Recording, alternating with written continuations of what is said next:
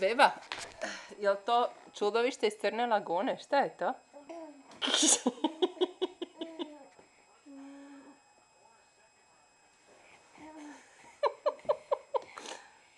Kao što vidite, naša kćerkica je malo sumnjičava prema ukrasima za Božić.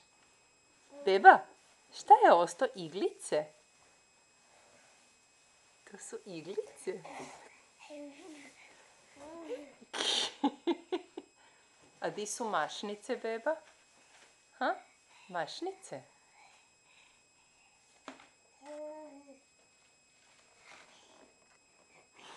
Kakve to face slažeš?